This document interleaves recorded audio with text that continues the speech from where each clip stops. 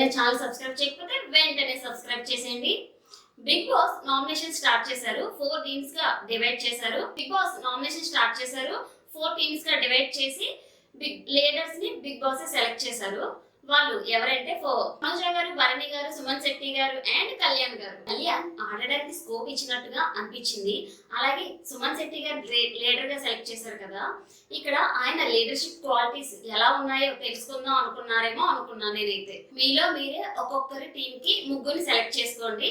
Demon Pawan captain కాబట్టి సంచాలక్ గా చేస్తారని చెప్పారు. డెమాన్ రెడ్ టీం కి అన్యాయం చేసినట్టుగా అయితే నాకు అనిపించింది. ఫస్ట్ టైం అందరికి ఈక్వల్ ఛాన్సెస్ ఇచ్చారు. యాక్చువల్ గా కళ్యాణ్ ఫ్రెండే కదా, మళ్ళీ ఎందుకు ఛాన్స్ ఇవ్వలేదు అని నాకైతే అనిపించింది. మీకు నాలాగా అనిపించిందా? కామెంట్ చేయండి. అలా అనిపిస్తే నాకైతే ఈక్వల్ ఛాన్సెస్ ఇచ్చుంటే బాగుండు అనిపించింది. ఫస్ట్ లుడో గేమ్ పెట్టారు. గేమ్ అంతా నువ్వే నడిపించాలని డిమాండ్ పవన్ కి చెప్పారు. ఫస్ట్ డయాస్ వేసి తనుజ గారికి ఛాన్స్ ఇచ్చారు. నామినేషన్స్ కోసం ఆడాలి. ఎంత నెంబర్ పడుతుందో వాళ్ళు ఆ కలర్ ని మూవ్ చేస్తూ ఆడాలి. ఫస్ట్ రౌండ్ లో అందరికి ఈక్వల్ ఛాన్సెస్ ఇచ్చారు. తర్వాత రెడ్ టీమ్ కి ఇవ్వలేదు.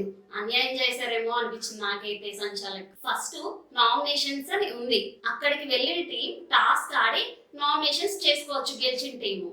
సో గెలిచిన తనూజ, రితు, దివ్య గారి టీం వీక్ ప్లేయర్స్ నైనా సుమన్ శెట్టి గారు, ఫ్లోరా గారు, రాము గారిని సెలెక్ట్ చేశారు. దివ్య గారు ఉన్నారంటే ఆవిడ మొదటి నుంచి అంటూనే ఉన్నారు, వీక్ ప్లేయర్స్ ని సెలెక్ట్ చేద్దాం అనేసి అంటూ ఉన్నారు ఈవిడ ఇప్పుడు కూడా. యాక్చువల్ గా సుమన్ శెట్టి గారి టీము వీక్ అని అనుకున్నారు. అసలు ఆ టీం ఆడరు అనుకున్నారు, కానీ చాలా బాగా ఆడారండి ఆ టీము. రితు గారు అన్నారు మనందరం హైట్ అందుకే అవ్వలేదు అని చెప్పారు. కరెక్టే అనిపించింది. వీళ్ళందరూ హైట్, కొంచెం భారీ పర్సనాలిటీ కొంచెం. సో ఆ టాస్క్ వీళ్ళ వల్ల అయితే అవ్వలేదు. సుమన్ శెట్టి గారు వాళ్ళ టీం గెలిచారు. రితు గారు వాళ్ళు ట్రై చేశారు కానీ గెలవలేకపోయారు. గెలిచిన వాళ్ళు నామినేట్ చేయొచ్చు అంటే సుమన్ శెట్టి గారి ఎక్స్ప్రెషన్స్ భలే అనిపించేయండి. కానీ నామినేషన్స్ రీజన్స్ ఒక్కటే ప్రాపర్ గా లేవు. కానీ ఇక్కడ రీతు చౌదరి అయ్యో అనిపించింది. అన్నా ఆలోచించన్నా అంటుంది. ఆల్రెడీ నన్ను ఇవే పాయింట్స్ మీద నామినేట్ చేశారు, సీజన్ అంతా ఇవే పాయింట్స్ అంటే వాళ్ళకి ఛాన్స్ వచ్చింది నాకు రాలేదు కదమ్మా అంటారు. ఓకే, ఇంకా ఆర్గ్యూ చేసి నామినేట్ చేశారు. నాకైతే రీజన్స్ ఏం బాగాలేదు. కానీ సుమన్ శెట్టి గారు టాస్క్లు బాగా ఆడారు. టీం కోసం స్టాండ్ చాలా బాగా తీసుకున్నారు అనిపించింది. నెక్స్ట్ భరణి గారి టీం కి ఛాన్స్ వచ్చింది. భరణి గారు సుమన్ గారి టీం ని సెలెక్ట్ చేసుకున్నారు. భరణి గారు వీళ్ళ టీం కాకుండా వేరే వాళ్ళ టీం తీసుకుంటే బాగుండు అని నాకైతే అనిపించింది. సేమ్ టాస్క్ భరణి గారు గెలిచారు. సంజన గారు కూడా చాలా బాగా ఆడారు, హైట్ ఉన్నా సరే. భరణి గారు మీ టీం వీక్ అనిపించింది అందుకే ఫ్లోరా గారిని నామినేట్ చేస్తున్నా అంటారు. కానీ ఇక్కడ సుమన్ శెట్టి గారు టీం కోసం స్టాండ్ తీసుకోవడం వేరే లెవెల్ అనిపించిందండి నాకైతే. ఇక్కడ నామినేట్ చేయమంటే మా టీమే కాదండి అందరినీ నామినేట్ చేయొచ్చు అంటారు. గారికి పాయింట్స్ చెప్పారు, ఓకే అయిపోయింది. మళ్ళీ భరణి గారు సుమన్ టీం ని సెలెక్ట్ చేశారు. ఈసారి సుమన్ శెట్టి గారు గెలిచారు. రాము గారు సంజన గారిని నామినేట్ చేశారు. పాయింట్స్ చాలా బాగా చెప్పారు అనిపించింది. మీ వల్ల హౌస్ హార్మోని దెబ్బతింటుంది, గొడవలు అవుతున్నాయి, ప్రతి గొడవలోని మీరే ఉన్నారు, దొంగతనాలు జరుగుతున్నాయి. ఒకసారి దొంగతనం అంటే ఓకే, ప్రతిసారి ఇదే దొంగతనం అంటే చిరాకు వస్తుందండి అంటారు. ఒకటి వాళ్ళ అమ్మాయిలు కాబట్టి చూస్తున్నాడు అని డిమాండ్ పవన్ ని అనడం నాకైతే అస్సలు నచ్చలేదు అంటారు. వెంటనే సంజన గారు నన్ను రెచ్చగొట్టారు, ప్యాకెట్స్ విసిరేశారు అంటే ఇక్కడ తనుజ గారు ప్యాకెట్స్ నార్మల్ గా ఇలా ఇచ్చారు, ఇలా ఇసురుకోవట్లేదు. కానీ ఆమె ఇచ్చేది కొంచెం ఇలా ఇవ్వడం వల్ల కొంచెం హర్టింగ్ అని అనిపించింది, రూడ్ గా బిహేవ్ చేసినట్టే అనిపించింది. కానీ సంజన గారు ముఖానికి వేసి కొట్టారు అన్న సెన్స్ లో అయితే కాదు. అన్న వండి ఇస్తా అంటే ఆవిడ అలా కూర్చొని అనింది అంటారు. ఇక్కడ సంజన గారు చెప్తారు ఒక మనిషి మాట్లాడుతుంటే ఓపికతో వినాలి, ఎక్కడి నుంచి వచ్చావో నేర్చుకొని రా అన్నారు. అదైతే నాకు అస్సలు నచ్చలేదండి. తనుజ నన్ను బాధ పెట్టింది అందుకే గొడవ చేశాను అంటారు. తనుజ నన్ను బాధ పెట్టింది అందుకే గొడవ చేశాను అంటే రాము రాథోడ్ గారు బాగా చెప్పారనిపించింది. ఆవిడ ఫుడ్ మానిటర్, ఆవిడకి మనం వాల్యూ ఇవ్వాలి అని బాగా చెప్పారనిపించింది. ఇక్కడ సంజన గారు ఒక కౌంటర్ వేశారండి. సంజన హౌస్ హార్మోని పాడు చేస్తే మళ్ళీ సెకండ్ ఛాన్స్ ఎందుకు ఇచ్చారు అని అడిగారు. వెంటనే రాము రాథోడ్ గారు నేను ఇవ్వలేదు వేరే వాళ్ళు ఇచ్చారు అంటారు.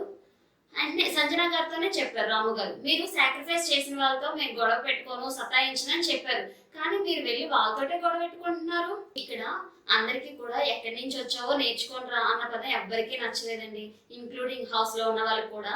అందరూ చెప్తారు, అంటే ఆవిడ అంటారు నేను ఆ ఉద్దేశంతో అనలేదు అని చెప్పారు. ఏంటో సంజన గారు, తెలుగు నాకు నేర్పొద్దు అంటారు, మళ్ళీ తెలుగులో వాడు డబుల్ మీనింగ్లు ట్రిపుల్ మీనింగ్లు నాకు రావు అంటారు.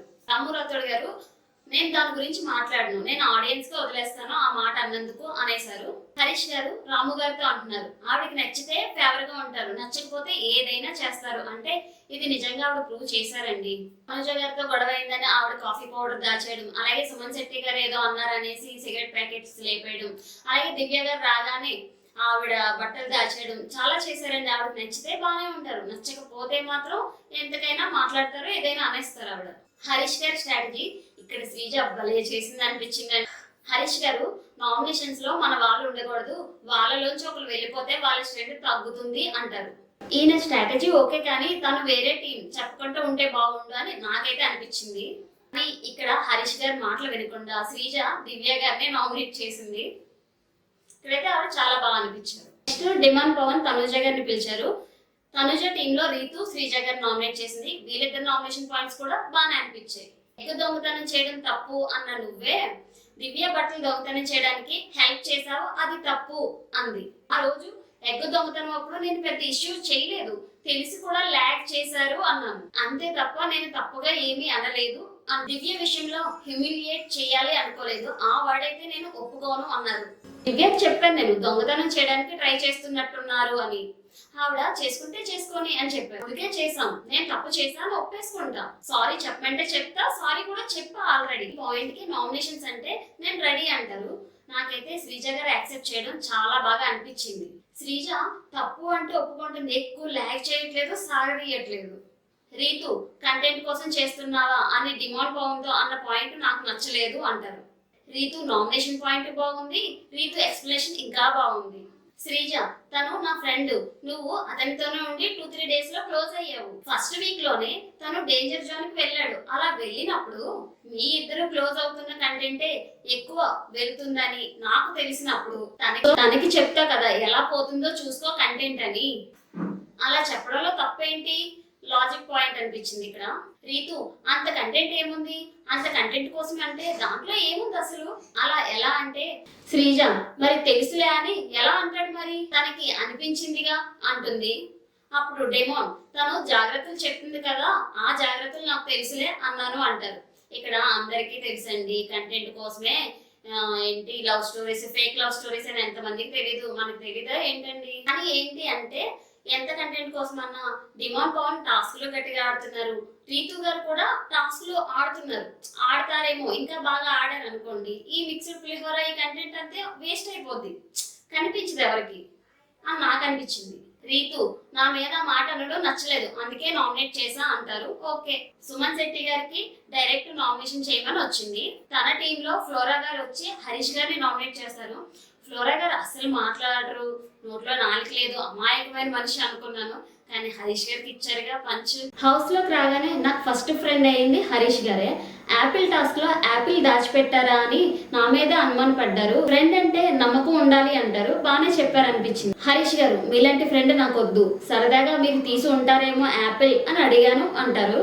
రాము గారు ఇలా అంటారు, స్టేజ్ మీద ఆవిడ చెప్పారు 4 days నుంచి ఒకటే ఉడ్డి వేస్తున్నారు, స్మెల్ వస్తుంది అనేసి. రాము గారు ఇలా అంటారు, స్టేజ్ మీద ఆ రోజు చెప్పారు ఆవిడ ఒకే ఉడ్డి 4 days నుంచి వేస్తున్నారు, స్మెల్ అని చెప్పేశారు, ఆ తర్వాతే మేము కాఫీ టీ అడిగితే మేము చేయను అని చెప్పేశారు, అది నాకు నచ్చలేదు అంటారు. ఇక్కడ హరీష్ గారు చాలా బాగా మాట్లాడారు అనిపించింది. నా ఫింగర్ బాగోకపోయినా నీట్ గా అందరికి వండి పెట్టాను, హుడ్డీ క్యాప్ వేసుకున్నా హెయిర్ పడుద్ది అని. అంటే నాకు డౌట్ వచ్చిందండి, హెయిర్ ఎక్కడుంది, గుండె కదా.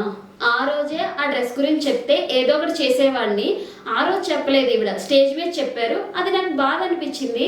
తనుజ గారు ఇక్కడ బాగా చెప్పారు అనిపించింది. మేము చేయి కాలిన టెరెన్స్ గా ఉన్నప్పుడు వండి పెట్టామంటారు, మీలా సెల్ఫ్ డబ్బా కొట్టుకోలేదు అంటే హరీష్ గారు మీకు బాగాలేదని నాకు తెలియదండి అనేస్తారు. లాస్ట్ నామినేషన్, లాస్ట్ శ్రీజ గారు దివ్య గారిని నామినేట్ చేశారు. మీరు హౌస్ లోకి వచ్చినప్పటి నుంచి మీకు అడ్వాంటేజెస్ వస్తున్నాయి. ఒక పర్సన్ నామినేషన్ లో ఉన్నప్పుడు ఆ స్ట్రెస్ ఎలా ఉంటుందో, ఎలా బిహేవ్ చేస్తారో మీరు తెలుసుకోవాలి, అందుకే మిమ్మల్ని నామినేట్ చేస్తున్నాను అంటారు. దివ్య గారు ఓవర్ కాన్ఫిడెంట్ అనిపించింది, కానీ లాజికల్ గా రిప్లై బాగా ఇచ్చారు. ఓకే, చూసారు కదండి. మరింత కంటెంట్ కోసం please like, share, subscribe my channel.